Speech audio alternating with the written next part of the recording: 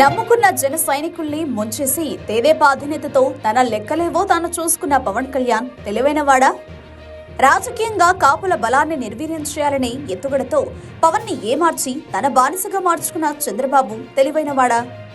ఇంతకీ తెదేపాతో జనసేన పొత్తు వైకాపాని కూల్చేంత పటిష్టంగా ఉందా, లేక వైకాపాకి మరింత బలం చేకూర్చేంత బలహీనంగా తయారైందా? ప్రస్తుత రాజకీయ చక్రవ్యూహంలో ఈ ప్రశ్నలు చెక్కల్లో ఉన్నాయి. ఎవరికి నచ్చింది వాళ్ళు నమ్ముతున్నారు, ఎవరికి తోచింది వాళ్ళు చెబుతున్నారు. కానీ ఒకటి మాత్రం వాస్తవం, ఈ మొత్తంలో అనుమానం లేకుండా అమాయకులుగా మిగిలిపోయి కసాయిని నమ్మిన గొర్రెల మాదిరిగా పూర్తిగా దగా చేయబడ్డ వాళ్ళు మాత్రం జన సైనికులే. ఏం చేయాలో తోచక, అసలు ఈసారి ఓటెవరికి వేయాలో కూడా తెలియక అయోమయంలో ఉన్నది వీళ్లే. నేను పవన్ అభిమానిని, జన సైనికుడిని. కానీ మా నియోజకవర్గంలో జనసేన పోటీలో లేదు. ఆ స్థానంలో తెదేపా అభ్యర్థి ఉన్నాడు. అతనంటే నాకు ఇష్టం లేదు. మా పవన్ పొత్తులో ఉన్నాడు కదా అని నేను కూడా తెదేపా పట్ల సానుకూలంగా మారిపోయి ఓటేయాలంటే ఎలా? నాకు వేయాలని లేదు. ఈసారి అసలు ఓటే వేయను అని చెప్పాడు ఒక జన సైనికుడు. పవన్ ని సీఎంగా చూడాలని నా కల. గత కొన్నేళ్లుగా జనసేన జెండా మోస్తున్నారు. ఇక అలసిపోయాను. ఈ పొత్తు గెలిచినా పవన్ సీఎం అవ్వడం జరిగే పని కాదు.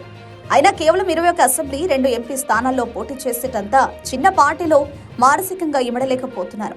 పార్టీకే కాదు, రాజకీయాలకే గుడ్ బై అన్నాడు మరొక జన సైనికుడు. జగన్ అంటే నాకు ఇష్టం లేదు, కానీ ఈ మధ్యన రాజకీయ నాయకుడిగా అతనంటే గౌరవం కలుగుతోంది. ఎందుకంటే ముందు నుంచి సోలోగా పోరాడుతున్నాడు, పొత్తులు పెట్టుకోలేదు. అలాంటి వాడి వెనకే జనం ఉంటున్నారేమో అనిపిస్తుంది. మా పవన్లో ఆ హీరోయిజం లేదు, అది నాకు నచ్చట్లేదు. అందుకే జనసేనలో ఇమడలేను అని చెప్పాడు మరొక జన సైనికుడు. లోపాయకారిగా కదిలిస్తే దాదాపు ప్రతి జన సైనికుడు ఇలాగే మాట్లాడుతున్న పరిస్థితి.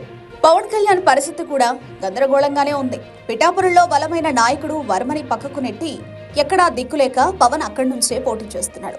వర్మ మైకు ముందు పవన్ కే సపోర్ట్ అంటున్నాడు. కానీ పవన్ గెలిస్తే తానిక పిఠాపురంపై ఆధిపత్యాన్ని మర్చిపోవాలి వర్మ.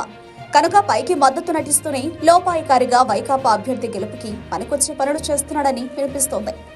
నాయకుడిగానే కాకుండా అభ్యర్థిగా కూడా దయనీయ స్థితిలో ఉన్నాడు పవన్ కళ్యాణ్. చూస్తూ సొంత పార్టీని చంపేసుకుంటున్నాడు.